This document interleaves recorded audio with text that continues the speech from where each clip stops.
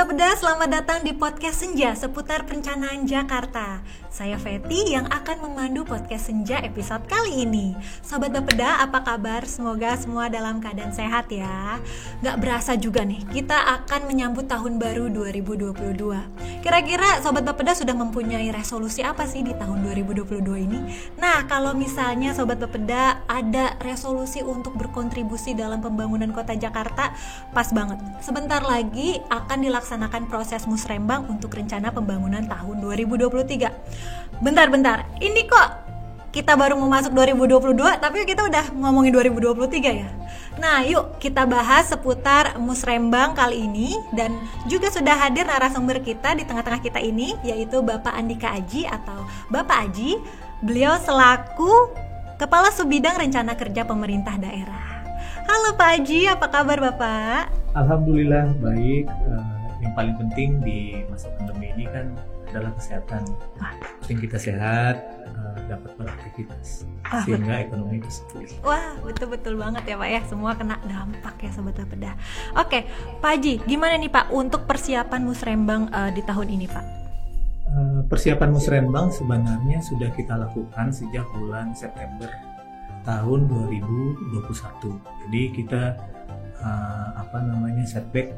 Sebelumnya kita lakukan persiapan antara lain penyusunan dasar hukumnya, penyusunan pedoman pelaksanaannya, semuanya kita siapkan lebih awal seperti itu. Jadi saat teman-teman saya masih sibuk berkutat dengan APBD, perencanaan APBD tahun 2022, saya sudah bergerak di 2023 seperti itu.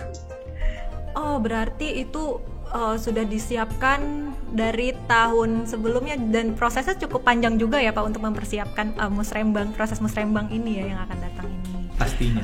Oke, Pak, mau tanya nih, apa saja sih Pak tahapan proses musrembang yang akan dilaksanakan ini Pak? Sebenarnya untuk proses musrembang atau musyawarah perencanaan pembangunan di DKI Jakarta itu agak unik jika dibandingkan dengan daerah yang lain. Kita itu di DKI Jakarta itu mengacu kepada Peraturan Gubernur Nomor 73 Tahun 2017, di mana proses musrembang itu dimulai dari rembuk RW, rembuk rukun warga, atau rembukan di level komunitas. Jadi seperti itu. Selanjutnya dilanjutkan dengan musrembang kelurahan, terus kemudian musrembang kecamatan, selanjutnya musrembang kota kabupaten, dan terakhir itu musrembang provinsi DKI Jakarta.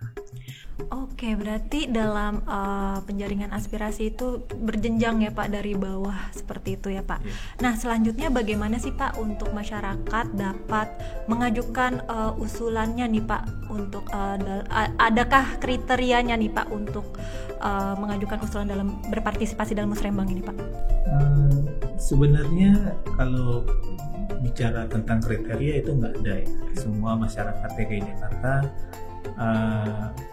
dalam hal ini eligible atau layak untuk dapat mengusulkan usulan kegiatan.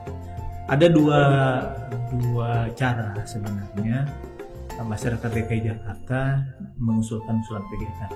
Yang pertama adalah mengikuti forum rembuk RW. Jadi usulannya disampaikan dalam forum rembuk di tingkat komunitas, dalam hal ini rukun warga.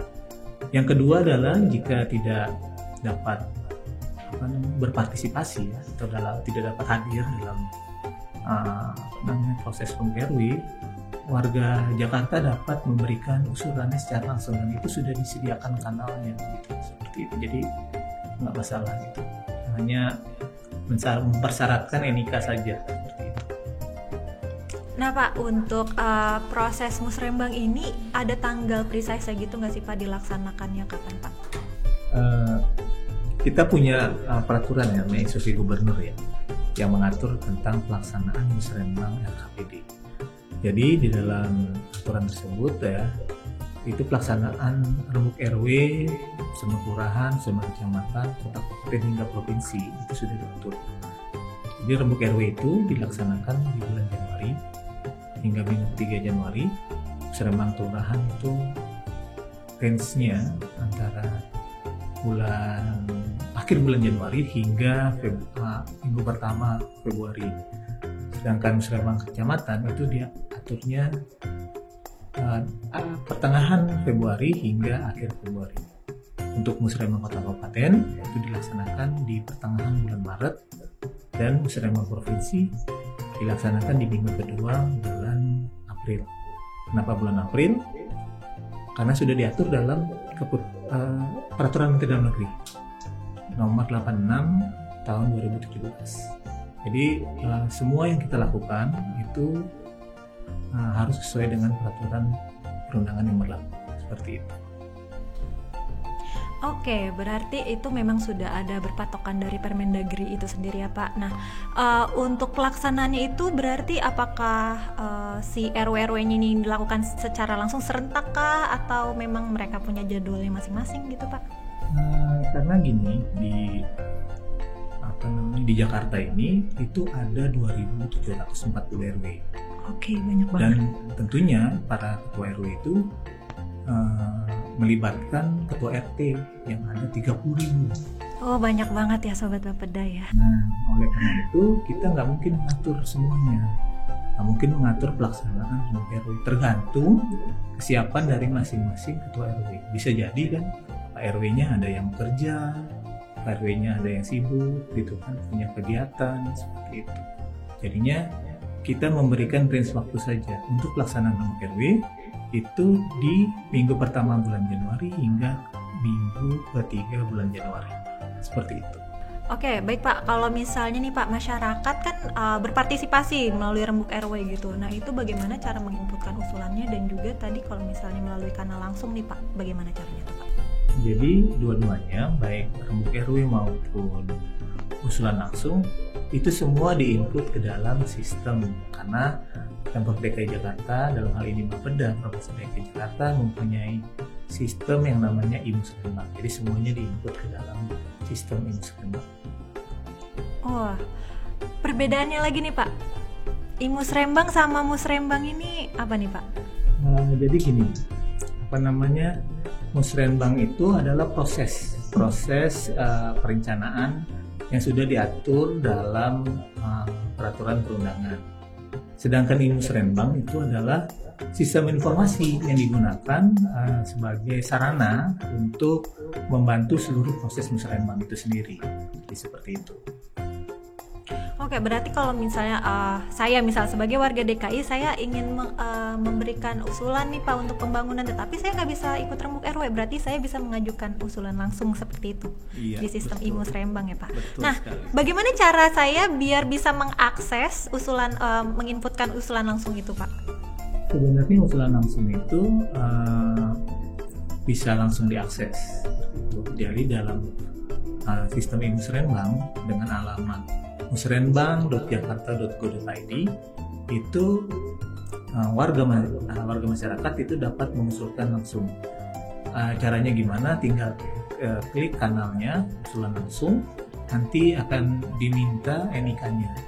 Jadi NIK kenapa dibutuhkan? Karena semua datanya nanti terintegrasi dengan sistemnya Dukcapil, seperti itu. Jadi kita tahu siapa yang mengusulkan, dari daerah mana mengusulkan, untuk wilayahnya atau bukan, atau bisa jadi kan warga DKI Jakarta gitu ya, bekerja di daerah Monas gitu, sekitar kantor ini, itu melihat di tengah jalan itu ada jalan yang berlubang misalnya gitu, ngusulin, oh ini sebaiknya diperbaiki ya, kita coba kemudian seperti itu. Bagaimana Pak kalau misalnya nih saya untuk menginputkan usulan yang akan saya usulkan ini Pak? Jadi ada dua cara ya. Yang pertama adalah melalui rembuk RW. Rembuk RW itu memang yang inputkan itu menggunakan user ID-nya ketua RW. Jadi usulan kamu gitu ya, itu diusulkan secara berjenjang melalui RT, terusnya dibawa ke forum rembuk RW, bukan tingkat komunitas tadi yang saya bilang. Udah gitu, kalau di approve, dan itu nanti masuk ke dalam rembuk RW menggunakan user ID-nya ketua RW, seperti itu. Itu yang pertama. Yang kedua adalah usulan langsung seperti yang saya sudah sampaikan sebelumnya. Usulan langsung itu bisa dilakukan sendiri oleh seluruh warga Jakarta. Mereka bisa mengunjungi sistem Musrenbang melalui musrenbang.jakarta.go.id. Nanti di situ ada kanal usulan langsung, tinggal klik saja dan hanya mempersyaratkan NIK lah, nama dan NIK pengusul. Jadi ntar tinggal disubmit aja usulannya apa, misalnya infrastruktur atau apapun itu yang permasalahan yang dipandang perlu diusulkan untuk perencanaan tahun 2023 seperti itu. Berarti kalau misalnya saya nggak bisa nih, saya sebagai warga Jakarta, saya nggak bisa datang untuk rembuk RW nih Pak. Berarti saya bisa langsung mengajukan usulan langsung melalui sistem Musrenbang itu dengan memasukkan NIK ya Pak. Betul? Iya. Jadi lebih luas jangkauan untuk menghimpun aspirasi masyarakat ya Pak di DKI Jakarta. Seperti itu. Wah, luar biasa sekali nih Sobat Bapeda. Oke, Pak, mau tanya juga dong. Ini mengenai Musrenbang ini ya Pak, atau Musrenbang ini juga boleh dijelaskan nggak sih Pak, berapa banyak masyarakat nih Pak yang berpartisipasi dari rembuk RW dan melalui usulan langsung Musrenbang ini Pak? Lumayan banyak. Usulan yang masuk itu sampai puluhan ribu. Okay. Jadi seperti itu. Kalau memang sistem dari Musrenbang itu sendiri, yang pasti sih ya, itu 2.700 RW ya, karena mereka punya user ID, dan 30 ribuan RT se-Jakarta itu juga menggunakan user ID, dan itu mereka menggunakan sistem itu. Tapi selain itu ada usulan langsung seperti yang tadi dibahas, itu juga banyak masyarakat DKI Jakarta yang rupanya mereka tinggi cintanya kepada kota ini, sehingga mereka mengusulkan gitu untuk tidak melalui rembuk RW, tapi diusulkan secara langsung kepada kami melalui sistem itu. Oh, banyak banget ya berarti ya. Oke. Pak, kalau misalnya nih mengajukan usulan langsung tadi melalui sistem Musrenbang dan juga rembuk RW, masyarakat itu sendiri bisa memantau nggak sih Pak, apakah usulannya dapat di approve atau akan disetujui atau diakomodir, itu bagaimana tuh Pak? Jadi kalau masyarakat itu mengusulkan sesuatu, itu memang kita punya yang namanya tracking di dalam sistem Musrenbang. Jadi seluruh usulan yang masuk nanti kan dibahas secara berjenjang dalam forum-forum perencanaan. Nah, itu nanti misalnya usulannya diterima, itu pastinya usulan tersebut akan ada notifikasi dalam usulan seperti itu. Selanjutnya, jika usulannya itu ternyata belum dapat diterima, itu juga akan ada notifikasinya. Dan disebutkan alasannya apa? Karena prinsipnya kami pengennya tidak ada dusta di antara kita. Kayak lagu ya Pak ya? Iya, kayak lagu. Selama Pak Aji bertanggung jawab dalam proses Musrenbang ini nih Pak, tantangan yang dihadapi apa aja sih Pak? Tantangan yang dihadapi terkait Musrenbang ya, itu yang paling pertama itu adalah bagaimana kita menjaga keseimbangan. Kenapa saya bilang menjaga keseimbangan? Menjaga keseimbangan antara usulan yang masuk dengan kapasitas fiskal kita. Sebagaimana kita ketahui bahwa seluruh daerah, baik di level provinsi, kota kabupaten maupun nasional, itu terdampak oleh pandemi. Jadinya seluruh ruang fiskal yang ada itu makin ketat seperti itu. Jadinya belum tentu semua yang diusulkan itu dapat kita penuhi seperti itu. Jadi kita harus menjaga keseimbangan. Itu tantangan paling krusial. Yang berikutnya kalau menurut saya itu adalah karena ruang fiskalnya terbatas, otomatis kemampuan pendanaannya juga terbatas. Bagi warga yang merasa oh ini buat apa sih sebenarnya ngusulin, kita nggak pernah diakomodir gitu ya. Nah ini yang kita juga menjadi tantangan buat kita gitu. Bagaimana meyakinkan ini bukannya kita nggak mau menyetujui, tapi memang kapasitas pendanaan kita yang terbatas seperti itu. Itu yang menurut saya tantangan yang dua tantangan yang lumayan berat. Tantangan berikutnya agak lebih ringan tuh sebenarnya ada, yaitu adalah gini, banyak warga itu mengusulkan usulan, tapi pada lahan yang bukan aset Pemda. Itu kan juga lumayan berat nih buat Pemda, karena kita tidak boleh membangun sesuatu di lahan yang bukan aset milik kita sendiri gitu kan. Feti juga nggak mau kan, misalnya saya ngebangun rumah atau gubuk saya gitu ya di lahan punya Feti, kan nggak mungkin juga gitu kan. Karena orang yang punya lahan juga nggak suka seperti itu. Jadi tiga hal itulah yang lumayan cukup challenging juga. Okay. Ya jadi bukan berarti semua partisipasi usulan masyarakat itu tetap sangat penting, tapi juga memang kita tergantung dari fiskalnya kita juga gitu ya Pak ya. Oke, selanjutnya nih Pak, ada nggak sih Pak inovasi terbaru dalam proses musrenbang ini Pak? Sebenarnya kita tiap tahun itu mencoba melakukan inovasi. Inovasi pertama itu pasti kita mengupdate template-nya gitu, karena template itu sesuai kebutuhan masyarakat itu. Kita melakukan pemetaan. Misalnya template sudah digunakan di tahun 2021 kemarin. Itu kita akan adakan review. Ini kayaknya diminati apa enggak sih, seperti itu.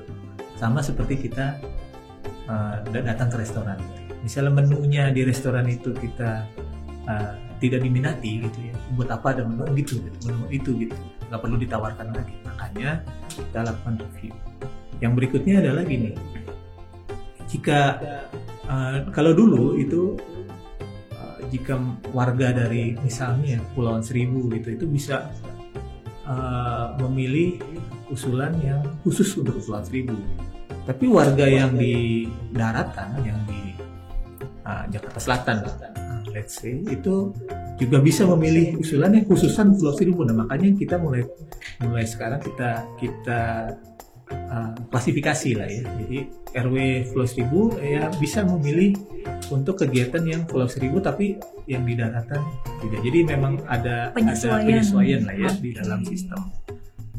Selanjutnya kita coba mempertajam mekanisme. Jadi mekanismenya supaya sebisa mungkin usulannya itu dapat kita. Luar biasa sekali nih. Jadi memang setiap tahun selalu dilakukan review dan juga evaluasi juga, dan terus diadakan pembaruan dan penyesuaian ya Pak ya. Ya untuk terus menampung aspirasi Sobat Bapeda nih di DKI Jakarta. Oke Pak, pertanyaan terakhir nih Pak. Seberapa pentingnya sih Pak peran masyarakat nih dalam proses perencanaan ini Pak? Menurut saya penting, karena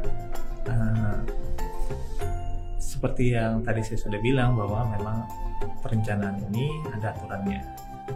Jadi salah satu pendekatan dalam perencanaan pembangunan itu adalah bottom up dan partisipatif. Jadi partisipatif ya itu menjangkau seluruh lapisan masyarakat, seluruh pemangku kepentingan atau stakeholder. Sedangkan bottom up itu dari bawah nih. Kita mulai perencanaan itu dari usulan dari level paling bawah. Oleh karena itu jangan pernah ragu gitu ya, jangan pernah bosan gitu ya untuk mencintai Jakarta melalui partisipasi aktif dalam rembuk RT. Seperti itu. Seru banget nih bener.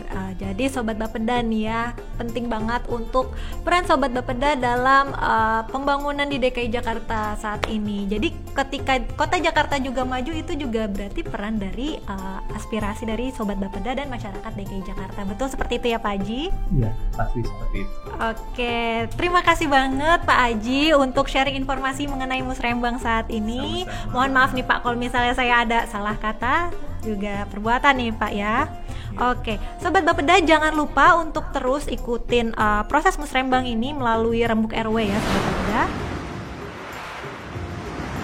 Oke Sobat Bapeda, sekian untuk bincang-bincang podcast Senja kita kali ini. Jangan lupa juga untuk terus ikutin informasi terbaru mengenai seputar perencanaan pembangunan daerah di DKI Jakarta di akun media sosial Bapeda Provinsi DKI Jakarta.